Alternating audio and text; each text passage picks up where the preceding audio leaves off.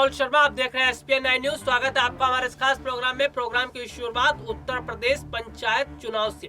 उत्तर प्रदेश पंचायत चुनाव से पहले बड़ी खबर सामने आई है, जिससे समाजवादी पार्टी को बड़ा झटका लगा है। जी हाँ, समाजवादी पार्टी को बड़ा झटका लगा है। और आपको बता दूं कि समाजवादी पार्टी के हाथ से बहुत बड़ी सीट जाती हुई नजर आ रही है। मेरे पास रिपोर्ट है और वो रिपोर्ट आपको बताएगा कि किस तरह से जो समाजवादी पार्टी है उसको कितना बड़ा झटका लगा है। दरअसल आपको मैं बता दूं कि जो पंचायत चुनाव है, गहमा गहमी उसको लेकर तेज है, लेकिन जो आरक्षण सूची जारी की गई है उसके बाद जो झटका लगा है समाजवादी पार्टी के संरक्षक को, ये पूरे जो मुलायम परिवार है उसको झटका लगा है। दरअसल पिछले 25 सालों से लगातार जिस सैफई ब्लॉक प्रमुख सीट पर यादव परिवार का कब्जा था, वह नए परिसीमन में आरक्षित हो गई है।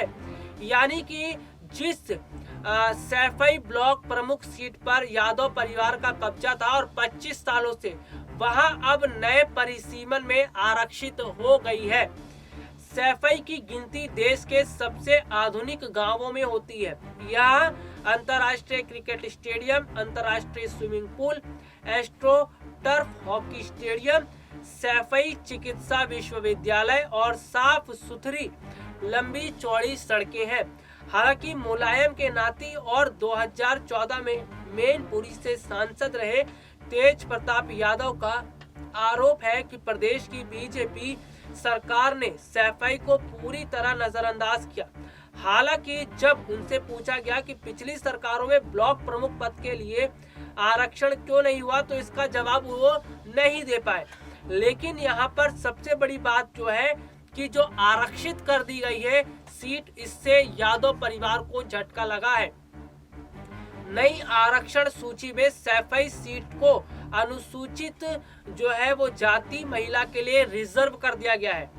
तेज प्रताप ने कहा, एक बार फिर से सैफई ब्लॉक प्रमुख की सीट पर उनके परिवार का न सही उनकी पार्टी का कोई व्यक्ति ही चुनकर आएगा। उनके इस दावे में भी दम भी दिखाई देता है, क्योंकि मुलायम परिवार की तरफ से सैफई में जिस एससी व्यक्ति को खड़ा किया जाएगा वह आसानी से जीतकर आएगा। सैफई पंचायत चुनाव में 55 बीडीसी सदस्य एक ब्लॉक प्रमुख चुनते हैं और इन 55 में से आमतौर पर सभी समाजवादी पार्टी के ही बीडीसी सदस्य होते हैं।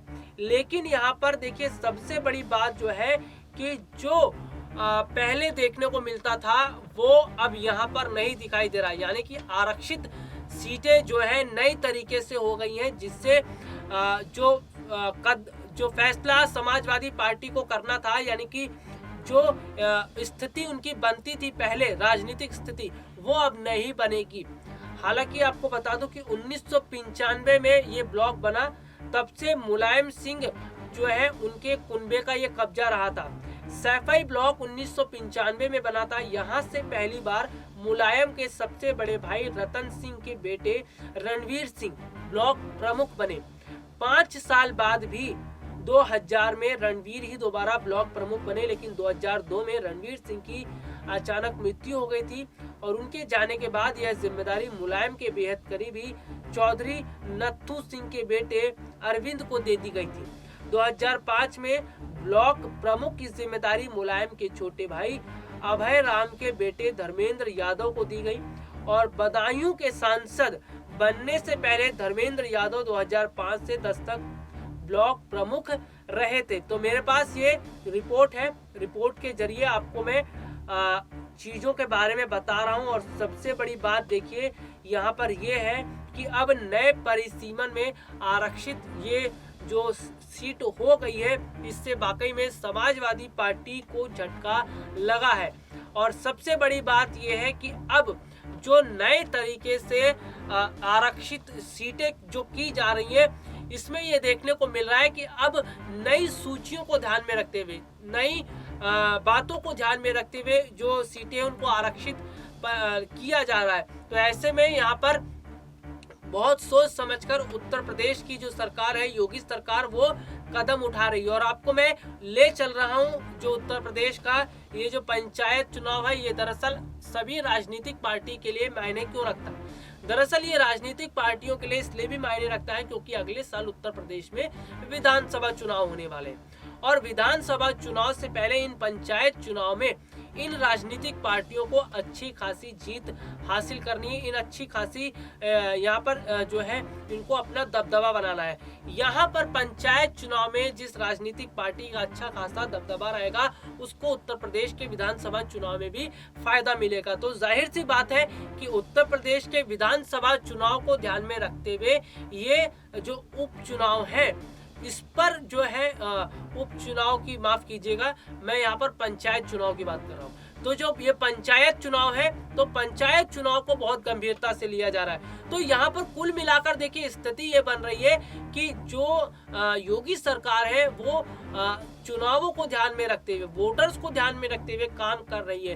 क्योंकि जाहिर सी बात है कि उत्तर प्रदेश का जो अगले साल उत्तर प्रदेश में जो विधानसभा चुनाव है वो अपने आप में बहुत ज्यादा अहमियत रखते हैं। क्योंकि उत्तर प्रदेश राजनीति के लिहाज से बहुत ज्यादा अहमियत रखता है। राजनीति की बहुत बड़ी पैठ है वहां पर। उत्तर प्रदेश में सबसे ज्यादा विधानसभा की सीटें आती हैं। तो ऐसे में उत्तर प्रदेश जो है वो राजनीतिक लिहाज से बहुत ज्यादा अहमियत रखता है, कई राज्यों से ज्यादा अहमियत है। तो ये चीजें बताती हैं कि उत्तर प्रदेश राजनीति के लिए कितनी इम्पोर्टेंस रखता है। और वहां पर योगी सरकार का दोबारा से आना भी बहुत बड़ी उनके लिए चुनौती हो सकता है। हालांकि योगी सरकार कोशिश तो लगातार कर ही रहे हैं, लेकिन अभी तक जो देखने को ये मिल रहा है कि ये जो पंचायत चुनाव है, इन पंचायत चुनाव पर भी योगी सरकार की बिल्कुल पैनी नजर है। और वो पंचायत चुनाव को ध्यान में रखते हुए भी कदम उठा रहे हैं। यानी कि नई तरीके से स्ट्रेटेजी बनाई जा रही है, नई तरीके से रणनीति बनाई जा रही है। और सभी बातों को ध्यान में रखते हुए जो सीटें हैं उनको दोबारा से नई आरक्षित जो परिसीमन उसमें दोबारा लाया जा रहा है। तो यानी कि कुल मिलाकर कहा जाए कि बहुत सोच समझकर कदम जो योगी सरकार की तरफ से उठाया जा रहा है, इसका कितना फायदा जो है वो योगी सरकार को मिलेगा ये तो आने वाला समय बताएगा। लेकिन फिलहाल जो कदम उठाया जा रहा है योगी सरकार की तरफ से, ये बताया जा रहा है कि चुनाव को लेकर कितने गंभीर नजर आ रहे हैं योगी आदित्यनाथ और उत्तर प्रदेश के मुख्यमंत्री हैं। तो जाहिर सी बात है कि चुनाव को लेकर तो वो रणनीति बनाएंगे ही, काम करेंगे ही। और जो रणनीतियां योगी आदित्यनाथ की तरफ से बनाई जा रही है, इसका कितना फायदा आने वाले समय में उन्हें मिलेगा ये भी समय ही बताएगा। तो फिलहाल के लिए आज मुझे इजाजत दीजिए, नमस्कार।